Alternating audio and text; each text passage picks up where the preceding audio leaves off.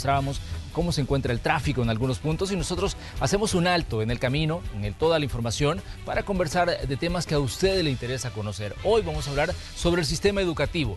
Este año pues es importante porque ha habido un proceso de transición de una administración gubernamental a otra y bueno, los proyectos de los que se ha hablado en materia de educación son muy importantes. Se ha hablado de que se necesita mayor inversión en infraestructura. Ya decíamos que más de las 5.000, entre las 5.000 escuelas que tiene el país, muchas están deterioradas por diversas situaciones. Y uno de los grandes retos para la nueva administración, la administración del presidente Nayib Bukele, es ver cómo se saca a flote esos centros educativos a fin de que ofrezcan mejores condiciones para pues muchas generaciones que están formándose ahí.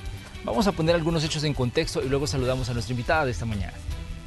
2020 será un año de apuestas en materia educativa. La ministra Carla de Varela aseguró la semana anterior que están analizando el sistema de evaluación y monitoreo de la educación, ya que se debe utilizar uno que esté acorde al cambio de forma de enseñar de los docentes y a la dotación de materiales y recursos dentro del aula. La ministra de Educación indicó que revisarán la transformación del sistema de evaluación con el objetivo de medir todos los tipos de talento de los estudiantes del país. Es de mencionar que en noviembre las autoridades revelaron el promedio de la prueba de aptitudes y aprendizaje para egresados de educación media. Este año, la nota fue de 5.52, una nota menor a la que los alumnos obtuvieron en 2018, que fue de 5.66. Aunque la reducción del promedio nacional fue de 14 centésimas respecto al examen que se sometieron los estudiantes el año pasado, las autoridades aseguran que el 51% de ellos están al mismo nivel o arriba del promedio general.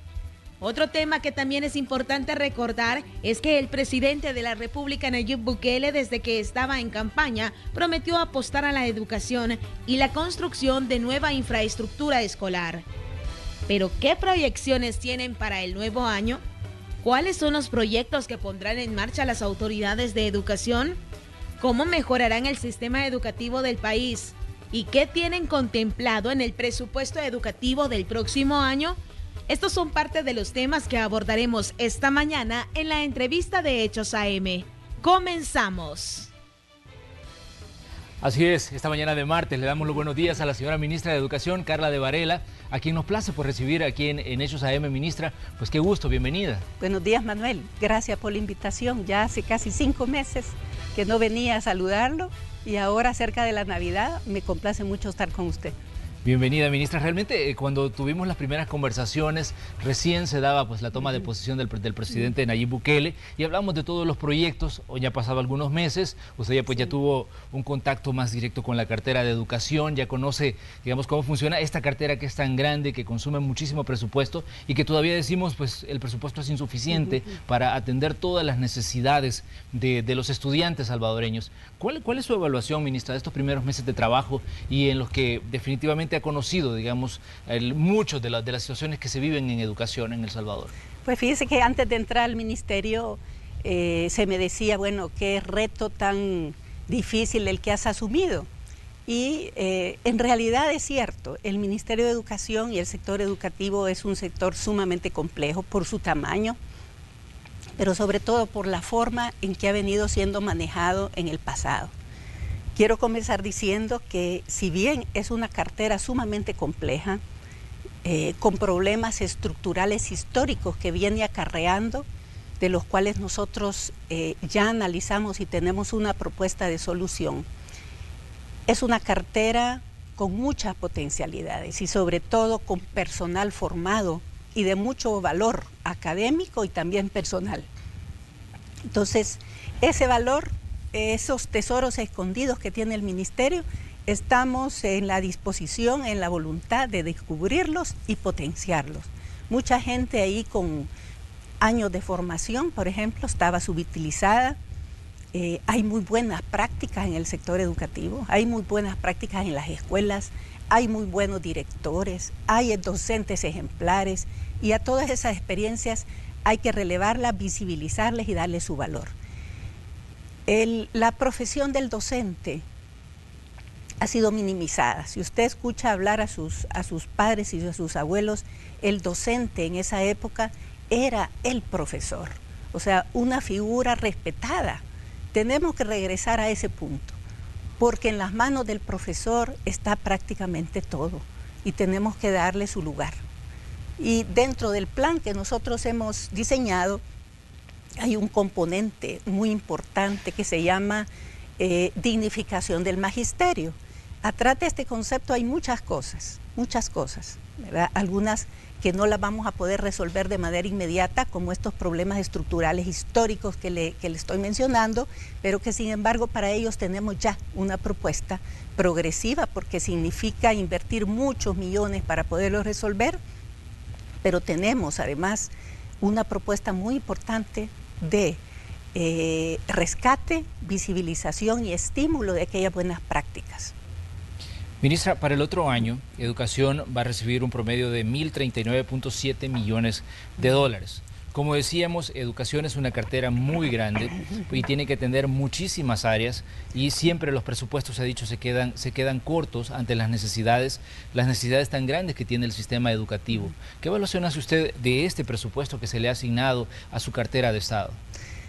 El presupuesto del Ministerio de Educación para el año 2020 es aproximadamente de mil millones 31. El 77% de ese presupuesto va a gastos de funcionamiento. Necesitamos mayor inversión en educación. Nosotros de ese presupuesto lo que hemos hecho es tratar de reorientar algunas cosas que iban para funcionamiento para inversión. Hemos tratado de aumentar la inversión en aquellas áreas, por ejemplo esta que le estoy mencionando, dignificación del magisterio. Para nosotros invertir en recursos humanos, por ejemplo los salarios, para muchas personas el salario es un gasto, pero en realidad es una inversión en recursos humanos, en personal humano, porque ¿qué hace usted sin el personal docente, sin los directores, sin los gerentes? Entonces, para nosotros esa es inversión, aunque en el presupuesto parezca como gasto. Definitivamente que este es un tema interesante, porque hemos escuchado también a muchos maestros decir que ellos están pasando por una situación crítica. De hecho, hay casos de maestros que dicen, mire, yo no me puedo jubilar porque la pensión que me van a dar definitivamente no alcanza para cubrir mis gastos de vida. Y debido a esta situación, pues yo sigo trabajando. Incluso nosotros sacamos hace unos días el caso de una maestra que está enferma y dice, mire, yo no me puedo jubilar porque definitivamente mis necesidades son muchas. ¿Qué mensaje tiene usted para los maestros que están pasando por momentos difíciles y a veces, bueno, recae en las titulares, en este caso en usted como titular del Ministerio de Educación, las quejas de toda esta gente que a veces dice, mire, ministra, seguramente le piden, ministra, ayúdeme por la situación que estoy pasando, que es tan difícil? La verdad es que es una situación compleja. Yo comenzaría reconociendo el valor de estos docentes y decirles que la solución, si bien parte del Ministerio de Educación, no está en las manos del Ministerio de Educación, porque depende de que la Asamblea Legislativa apruebe una ley de pensiones adecuada para las necesidades de todos los funcionarios públicos. Sí. Es un tema de política pública más amplia que trasciende el Ministerio de Educación, pero que es una realidad, Manuel. Es una realidad que afecta al Ministerio de Educación y que afecta otras carteras, obviamente. Sí, definitivamente que este es un tema complejo y que afecta a todos los que estamos siendo parte de la población económicamente activa del país. Y es por eso que estamos tan a la expectativa de las discusiones que están en la Asamblea apenas comenzando sobre el tema pensiones. De hecho, las últimas noticias que nos llegaron fue que se reunió la comisión ad hoc que está viendo el tema, que va a empezar a hablar de qué se puede hacer en materia de pensiones. Y esto incluso pues abarca al gremio docente, ¿no? De hecho, en años pasados nosotros nos hemos dado cuenta que se ha tratado de solucionar este problema en el ministerio, pero como no hay una ley de pensiones, se ha utilizado el mismo fondo del presupuesto, creando agujeros en el presupuesto y creando déficit. Nosotros cuando llegamos al ministerio encontramos un déficit de 21 millones de dólares, precisamente por esos movimientos de tratar de resolver un problema creando otro, y no es así como se debe de resolver. Como le decía, nosotros tenemos una propuesta de solución de estos problemas estructurales históricos progresiva. Sin embargo, el tema de las pensiones no depende solamente del ministerio. Pero pasemos a algunos de los temas que seguramente pues, mucha gente estará interesada en conocer. Ministra, cuando usted llegó, pues a medio año ya estaba pues muy avanzado el programa de paquetes escolares y uniformes. ¿Cuáles, digamos, hay algún planteamiento de reforma de estos programas para los próximos años o se van a mantener tal y como están? Mire, hemos encontrado que el programa de paquetes escolares en una parte ha beneficiado mucho a la población. ¿Qué es lo que se busca con el programa de paquetes escolares, incluyendo la alimentación escolar? Tratar de mantener a los niños en el sistema escolar y ayudar a mejorar la calidad de la educación, sobre todo con el tema de los alimentos, ayudar a la economía familiar con el uniforme. Pero nos hemos dado cuenta que la administración de ese programa es una carga demasiado pesada para el ministerio, en términos administrativos. Y en términos de la enseñanza, la carga administrativa que esto significa para los directores no les permite a ellos convertirse en líderes educativos, sino que ellos pasan un 80% de su tiempo administrando, controlando, reportando el paquete escolar.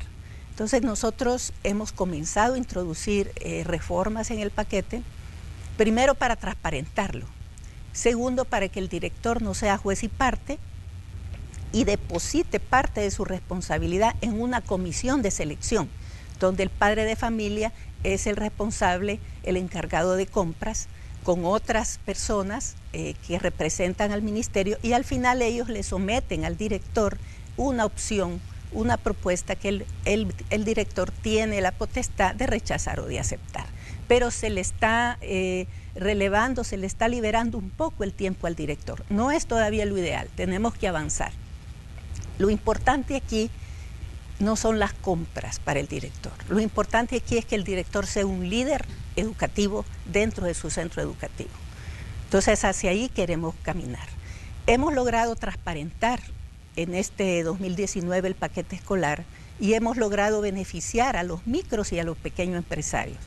Este trabajo lo hemos hecho de la mano en alianza con el Ministerio de Economía, quien se encarga a través de su laboratorio de calidad de determinar la calidad sobre todo de los zapatos, y con CONAMIPE, quien se encarga de evaluar a las pequeñas y microempresas. Entonces no es solamente el ministerio que han hecho este trabajo. En este momento no se ha finalizado el proceso, pero puedo adelantarle que de las pequeñas y microempresas que CONAMIPE nos ha evaluado y nos ha dicho con estas pueden trabajar, la mayor parte de beneficiados han sido los micros. Ministra, durante mucho tiempo, digamos, el programa de paquetes escolares y todo lo que implica beneficios para los estudiantes, pues no ha escapado a manejarse con algún tinte político. Y en determinado momento, bueno, en los últimos días hemos escuchado voces que dicen, miren, está en peligro el programa de paquetes escolares, no va a haber continuidad en programas sociales, los quieren eliminar como parte de los beneficios que se le dan a los estudiantes y a los padres de familia. Ya que aprovechamos que la tenemos a usted aquí para que nos haga esas aclaraciones que son necesarias y que le quede pues claro a la madre de familia, al padre de familia que nos sintoniza esta mañana y que está pendiente de la declaración que usted nos puede dar como ministra de Educación. Sí, le agradezco la oportunidad de aclarar, eso es falso. No hay ninguna intención de eliminar programas escolares, todo lo contrario. Lo que queremos es hacerlo más eficiente. Lo que queremos es que el paquete escolar sea transparente, eficiente y de calidad, pero que no quite el espacio y el esfuerzo que tienen que tener los docentes y el director para dedicarse a la calidad de la educación de sus alumnos. Ese es el esfuerzo que estamos haciendo, pero no estamos eliminando ningún programa social del Ministerio de Educación. Ministra, el 9 de octubre usted presentó un aviso a la Fiscalía por indicios de problemas que había encontrado en el manejo de algunos programas, algunos fondos en el Ministerio. ¿Ha habido un movimiento desde el 9 de octubre que usted presentaba la denuncia a hoy? ¿Le ha pedido a la Fiscalía más documentación? ¿Han ido a buscar datos respecto a lo que usted denunciaba en determinado momento? Hasta estos momentos no tenemos resultados, ellos están trabajando en el proceso, no han llegado a pedirnos más información, estamos a la espera. Definitivamente que esto quizás en determinado momento generó pues mucha expectativa a nivel mediático y a nivel público.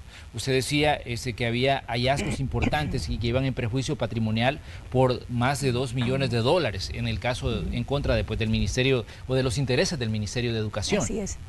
Así es, sí, yo no le puedo dar detalles porque sería entorpecer la investigación, pero allí en esos $2 millones habían todo tipo de casos y todo tipo de formas de apropiarse de manera indebida de los recursos del Estado, no solamente en el paquete escolar, sino también en la alimentación, y en infraestructura, en otras áreas. Ministra, la gestión del presidente Bukele inició pues con la promesa de hacer mayores inversiones en materia de infraestructura, en sacar escuelas que están en todo el territorio nacional con problemas serios, algunas escuelas que no tienen la infraestructura básica para recibir a los niños, no cuentan con los inodoros, no cuentan con agua potable. Digamos, ¿cómo ve usted desde el Ministerio de Educación los problemas que se han encontrado en algunos centros escolares? Cuando nosotros llegamos, y creo que lo mencioné cuando estuve la primera vez con usted aquí, Manuel, es que en educación hay una gran brecha, no solamente una gran brecha en términos de calidad de la educación, ¿verdad? Yo siempre he dicho, el sistema educativo es un reflejo de las inequidades que existen en la sociedad salvadoreña, ¿verdad? Si usted puede pagar, usted va a un colegio católico y usted busca la mejor calidad de la educación. El sector público, no vamos a decir que no hay centros de excelencia, sí los hay, y la muestra está en algunos de los resultados de la PAES. Sin embargo, el sector público ha desmejorado mucho su calidad, su oferta educativa. En infraestructura es la misma situación. El Estado no ha invertido lo que tiene que invertir en mantener un entorno educativo apropiado. El entorno educativo es fundamental para dignificar el espacio de enseñanza y aprendizaje y para mantener a los niños en la escuela y mantener la autoestima del alumno y del docente elevada. Entonces, lo primero que hicimos cuando nosotros entramos al ministerio, y esto forma parte del Plan Control Territorial fase 2, porque tiene que ver con oportunidades, tiene que ver con prevención, fue hacer un análisis, una evaluación seria desde el punto de vista pedagógico, pero también desde el punto de vista arquitectónico de infraestructura. Y nos dimos cuenta que había alrededor de 24.63 centros escolares con algún deterioro leve y un 23.64 con un deterioro intermedio y un 8.74 con un deterioro severo. El problema aquí no solamente es el deterioro, sino que en el Ministerio de Educación nunca se montó un programa continuo de mantenimiento de las escuelas. A nosotros, por ejemplo, con las lluvias de fin del invierno, nos llegaban muchos casos de fosas sépticas colapsadas que en 10 años nunca les habían dado un mantenimiento. Pues sí, así las cosas no pueden durar eternamente. Entonces, lo que hemos hecho primero nosotros es establecer y organizar un plan continuo de mantenimiento. Pero dijimos, bueno, vamos a clasificar las escuelas. Y aquí le digo, esta es la película, la foto de cómo están las escuelas. Y comenzamos a trabajar en las primeras 187 escuelas con mayor daño, con una perspectiva diferente que va más allá de construir paredes, con una perspectiva de infraestructura con sentido pedagógico. ¿Qué significa esto? Que usted no solamente va a llegar a trabajar en mejorar el espacio, que ya de por sí le puedo asegurar que hace una diferencia bien importante en el estado de ánimo de los alumnos y los docentes. Pero además usted va a trabajar ahí en la prevención, en la calidad educativa, en el material y va a integrar a la comunidad. Estamos integrando a la comunidad. Estamos haciendo de la escuela un centro donde converge los padres de familia, la comunidad, los docentes y los alumnos. Porque los problemas que vive la escuela son los problemas que vive la comunidad. Entonces, en este momento tenemos interviniendo simultáneamente 131 centros educativos, de los cuales entregamos 2. Ayer, por ejemplo, estuve en la colonia Veracruz, en Ilopango, entregando un centro educativo que tenía más de 10 años de estar en un abandono impresionante y una comunidad muy compleja en términos de violencia. Esa escuela necesitaba urgentemente ser intervenida. La situación ha cambiado radicalmente en esa escuela. El día de ayer estuvimos allí y yo no le puedo describir la alegría de los niños, la esperanza en las caras de los docentes. Regresó la esperanza. Simultáneamente de la intervención de los 131 centros educativos, que lo hacemos a través de un convenio con FEPADE, ¿verdad? Porque estamos tratando de transitar del concepto de implementadora. El Ministerio de Educación utilizaba mucho esa figura de implementadora. Estamos transitando al concepto de socio estratégico, porque se adapta más a lo que es la educación al país, lo que es el espíritu de la educación. Si educación gana, ganamos todos. Ministra, pero ¿cómo ve usted, por ejemplo, que en la Asamblea Legislativa todavía se ha estancado la petición de 91 millones de dólares para el área de oportunidades del Plan Control Territorial?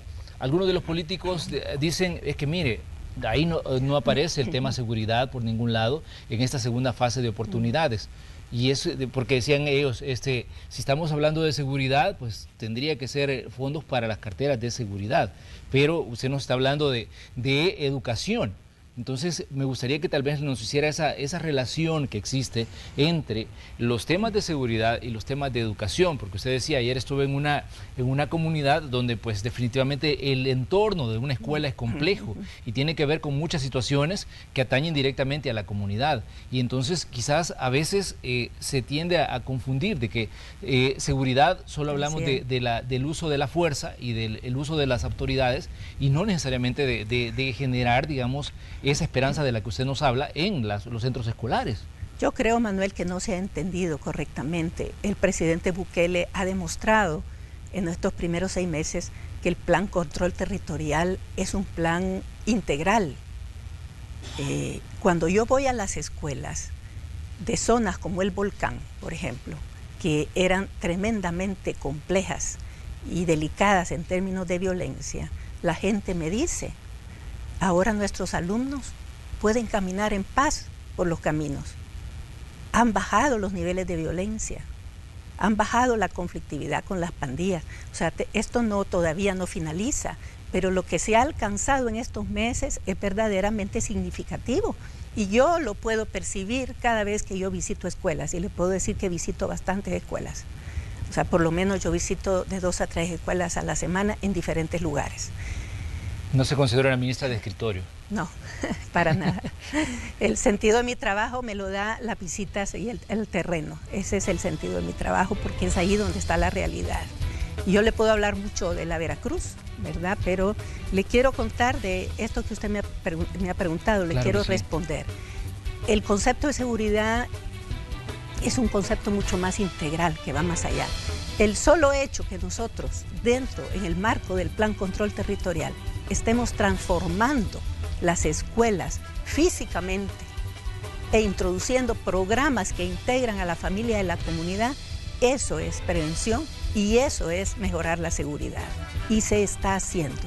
Lamentablemente, pues usted sabe muy bien que estos temas se manejan políticamente, ¿verdad?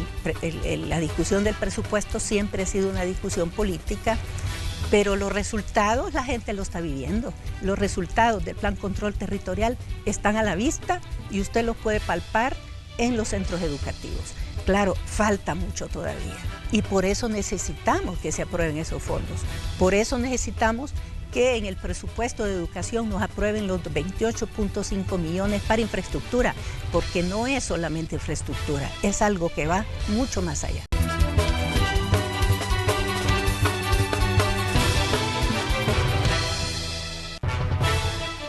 Esta mañana, aquí en el espacio de la entrevista de Hechos AM, conversamos con la señora ministra de Educación, Carla de Varela. Estamos hablando de situaciones que tienen que ver con la educación en El Salvador. Decíamos que es necesario hablar del sistema educativo y su funcionamiento, cómo impacta en la vida de un país el funcionamiento del sistema de educación, cómo impacta en el futuro de las nuevas generaciones el hecho de cómo se forman en los centros escolares. Definitivamente, ministra, a veces hablamos de las necesidades puntuales del sistema educativo. Hablamos de las escuelas que tienen problemas de infraestructura, hablamos de la situación de los docentes, pero muchas veces no nos enfocamos quizás en la parte central, que es en el proceso de formación de la gente que va a llegar a los centros de educación superior, con qué calidad llega, qué calidad de estudiantes está aportando el Ministerio de Educación a través de todos los centros escolares que maneja, digamos, para que se formen como futuros profesionales y salvadoreños. Mire, Manuel, tal vez un parámetro que no es, digamos, el más objetivo podría ser la PAES, porque es la única evaluación que nosotros tenemos en este momento a través de la cual ver el sistema, porque la PAES evalúa más al sistema que al alumno en realidad. Pero la PAES es una prueba estandarizada para un sistema que lo que menos tiene es de estandarizado, que tiene demasiadas brechas, demasiadas inequidades. Entonces necesitamos modificar el sistema de evaluación en su conjunto, no solamente la PAES, sino la forma en que nosotros evaluamos a los docentes para poder mejorar la calidad y ver dónde estamos fallando. Si usted me pregunta a mí cuál es la calidad de educación que estamos dando, podemos ver a lo largo del ciclo educativo a dónde tenemos, digamos, los principales tropiezos. Tenemos una deuda muy importante en todo lo que es educación preescolar y primera infancia. Y ahí la primera dama ha sido visionaria porque su gran apuesta, su gran política va a ser la política de primera infancia, que la vamos a implementar tanto el Ministerio de Salud como el Ministerio de Educación. ¿Por qué? Porque es una política que va a ir desde la estimulación del niño en el vientre materno hasta los 7 años que entra al primer ciclo de educación. ¿Qué es lo que va a permitir? Esta gran inversión que se va a hacer en primera infancia va a permitir que los niños primero lleguen al primer ciclo preparados emocionalmente, pero también cerebralmente para poder aprender lectura, escritura y matemáticas, que es, digamos, el primer escollo que nos estamos encontrando en este momento. Cuando los niños entran a primer grado y segundo y tercer grado, en este momento es cuando tenemos la primera causa de deserción, por esas razones. Entonces ahí empiezan a acumularse la sobriedad, la repitencia, que es uno de los fenómenos más importantes que estamos viendo. Entonces la gran apuesta para esto, para este primer tramo, es el programa de atención integral a la primera infancia, que va a ser algo muy grande, una inversión muy importante con la cual contamos con el apoyo del Banco Mundial y del BID y de otras instancias especializadas, otros organismos especializados. Si avanzamos en el ciclo educativo, nos damos cuenta que al llegar al tercer ciclo, estamos hablando de séptimo, octavo y noveno, y bachillerato es el otro tramo de deserción, pero las causas son diferentes. Sin embargo, muchos de estos niños que están en tercer ciclo vienen acarreando, vienen cargando las deficiencias de primero y segundo ciclo. ¿Cuáles son las principales causas de deserción en tercer ciclo y bachillerato? Primero, el desplazamiento forzado que las familias están enfrentando en este momento como algo verdaderamente grave para una familia y para todo el país. La migración fuera del país. Sí. Y también el tema de que los jóvenes necesitan trabajar para apoyar a sus familias. Esas son las principales causas de deserción. Si usted se da cuenta, muchas de esas causas no dependen solamente del Ministerio de Educación.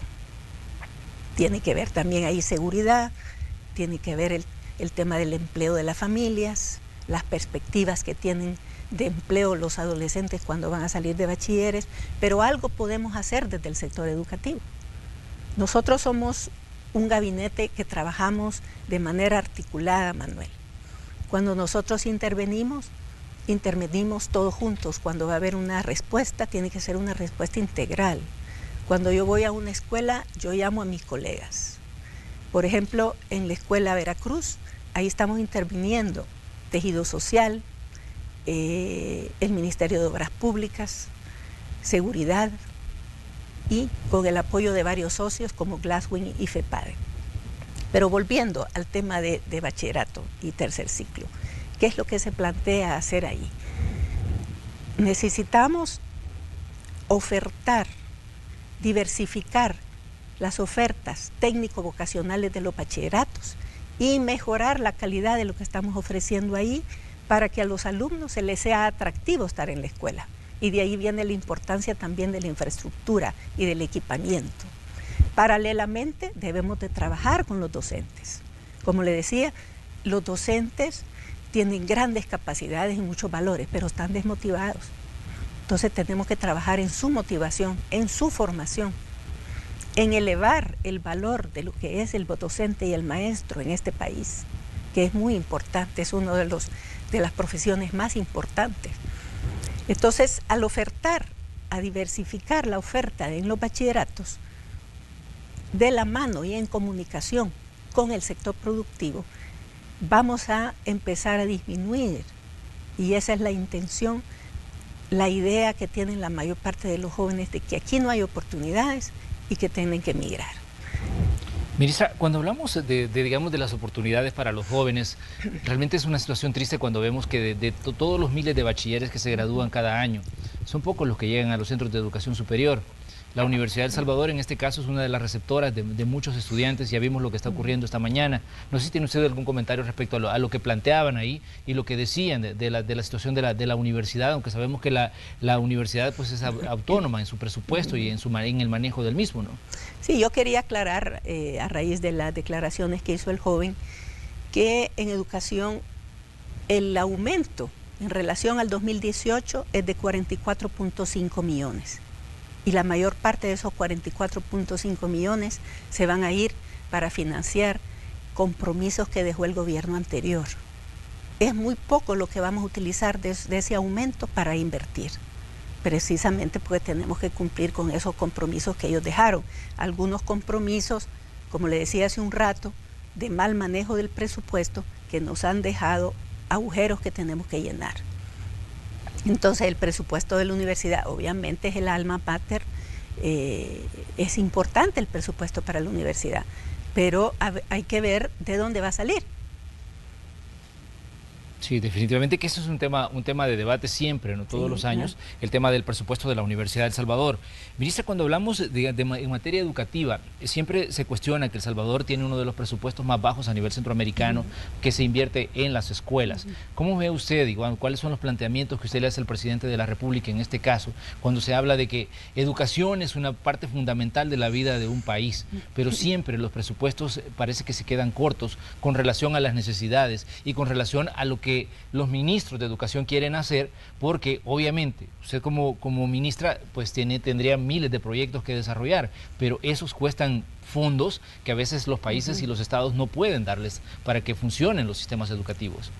El presidente Bukele Manuel tiene una visión de política pública, de nación en el tema de educación. La primera dama y él tienen una visión muy amplia, a tal punto que ellos están visualizando plantear una gran alianza nacional, un gran pacto nacional por la educación, por varias razones. Primero, porque la educación tiene que ser un compromiso de todos, tiene que ser una responsabilidad de todos.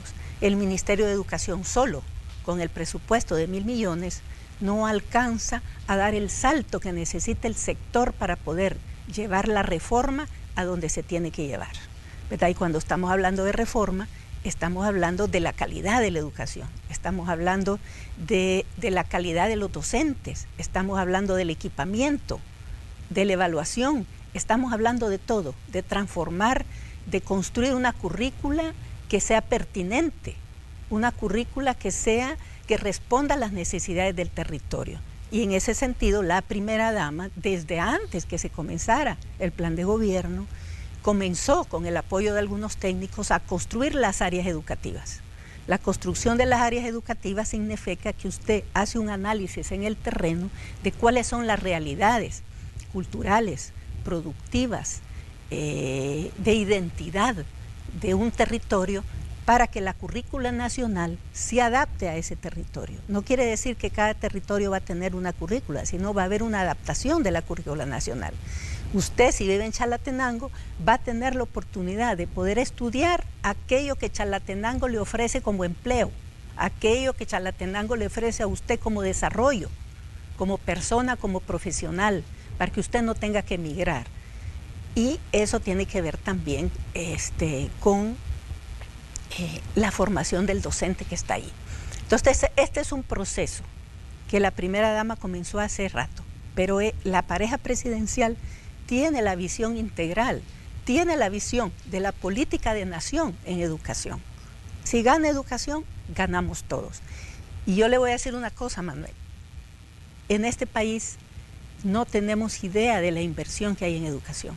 Y una de las primeras cosas que esta gran alianza va a hacer es trabajar con cada sector para saber cuánto invierten y a dónde invierten en educación, para poderlos acompañar y orientar esa inversión a las verdaderas prioridades. Le voy a dar un ejemplo. El sector productivo, el sector privado productivo aquí en el país ha hecho grandes contribuciones, tanto como las escuelas privadas, tanto como las universidades. Pero nunca se sistematizó, nunca se conoció cuáles son esas inversiones. ¿Por qué? Porque en el caso del sector privado, el sector productivo, había un sesgo ideológico con el gobierno anterior.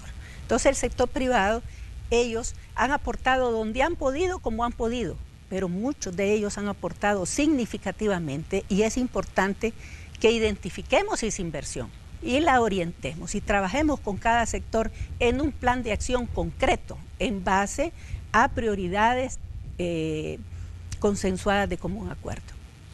¿Cuándo se le daría ya forma a esta gran alianza de la que usted nos habla? Y digamos, ¿cuándo podríamos conocer quiénes estarían involucrados en esta gran alianza por la educación? Obviamente El Salvador necesita entrar en una etapa en materia educativa, y pues nos interesa el tema de la alianza de la que usted nos está hablando. Yo espero que eso sea lo antes posible, ¿verdad? Eso depende de la agenda de la pareja presidencial, cuando esto va a ser lanzado. Tenemos el ofrecimiento del apoyo a la cooperación internacional, porque esto va a requerir una secretaría especial. Es muchísimo trabajo el que se necesita para trabajar con cada sector. Usted recuerda el CONED, el Consejo Nacional por la Educación. Sí. El CONED hizo avances en términos de diálogo, en términos de identificar las prioridades que están plasmadas en el plan El Salvador Educado. Todo eso no es trabajo perdido. Todo eso se va a recuperar, pero se va a traducir ya a un plan de acción, porque las necesidades de educación ya las conocemos, ya hemos dialogado bastante. Tenemos que trabajar en un plan de acción. Eso no quiere decir que no vamos a dialogar a lo largo del plan de acción, ¿verdad? Porque tenemos que ir revisando, tenemos que ir evaluando, y tiene que haber un observatorio en ese gran pacto nacional, un observatorio independiente que observe, que analice y evalúe los avances de esa gran alianza o ese gran pacto. Definitivamente que estamos muy interesados, ministra, en todos estos temas. El año 2020 se plantea de muchos retos para usted, para la cartera de Estado que administra, y seguramente pues tal vez nos puede dar algún adelanto del trabajo que se va a hacer. Sabemos que educación, el trabajo es constante y que no termina pues ni porque termine el año lectivo. Ya muchas madres de familia pues tienen a sus hijos en casa porque ya las clases terminaron, pero para los maestros y para la gente que está en educación, como es su caso, pues obviamente esto no se acaba. No vamos a esperar el 2020 para comenzar, ya comenzamos hace 6 meses a trabajar. Como le decía, estamos trabajando de manera simultánea en 131 centros educativos. Fomilenio, cuyo convenio lo renovó esta nueva administración, nos está construyendo 46 centros integrados que involucran a otros centros educativos alrededor del centro integrado. Solamente la inversión que nosotros estamos haciendo en los 131 centros que tenemos interviniendo simultáneamente son $4 millones. De cada $3 que nosotros ponemos, FEPADE pone 1, y ese es el asocio con la empresa privada, ¿verdad? De eso se trata el socio estratégico. Estamos hablando que la inversión de Fomilenio es de $60.288.134. Entonces, tenemos ya este año, hemos entregado 8 centros educativos finalizados y para el próximo año esperamos entregar 38. Tenemos además una inversión de AID. Quiero contarle, Manuel, que hemos encontrado varios proyectos en abandono cuando llegamos. Uno de ellos fue el bachillerato, el Bachi, que le dicen de Quezaltepeque, el Instituto Quezaltepeque. Por diferentes razones, no entendemos por qué, administrativa, de seguridad, eso estaba tirado. Nosotros lo hemos recuperado en cuestión de 4 meses, lo hemos reactivado y la construcción lleva ya por lo menos un 40% de avance. También el Instituto Nacional del Piche en La Unión pasó 5 años parado. Lo hemos reactivado en cuestión de 5 meses, ya se puso la primera piedra, la asociación El Piche donó el terreno, ellos van a donar todo el equipamiento, el Ministerio de Obras Públicas nos está haciendo los análisis de suelo y el instituto está comenzando ya a construirse. Definitivamente que hay mucho de qué hablar en materia de educación. Queremos agradecerle, ministra, que nos haya dedicado parte de su tiempo esta mañana de martes aquí para venir a darnos un adelanto del trabajo que se está haciendo en materia educativa. Y dejamos abierta la invitación para usted, para que venga en futuras ocasiones a conversar con nosotros. Sabemos que las matrículas todavía están abiertas. Así 2019, pues la matrícula alcanzó más de 1.300.000 estudiantes y seguramente pues habrá algún tipo de variación para 2020. Con mucho gusto vendremos a comentar eso en enero. Muchísimas gracias por la invitación. Gracias, ministra, pues un placer que nos acompañe. Le deseamos que tenga usted pues felices fiestas, quizás ya no la veremos hasta el mes de enero, pues le deseamos lo mejor y mucha suerte pues en la labor que se le ha encomendado en materia educativa en El Salvador. Muchas gracias, Manuel, bendiciones para usted también en las Navidades. Nosotros vamos a ir a una pausa. Cuando regresemos vamos a continuar con Noticiero Hechos. Decíamos, hay información en desarrollo. Le vamos a tener más datos de lo que está ocurriendo en los alrededores de la Universidad de El Salvador. Si usted va a circular por ahí, tome las precauciones porque hay vías cerradas, el congestionamiento pues está a la orden del día. Además vamos a tener datos de otros temas que están en desarrollo en esta mañana de noticias aquí en Hechos. Regresamos enseguida.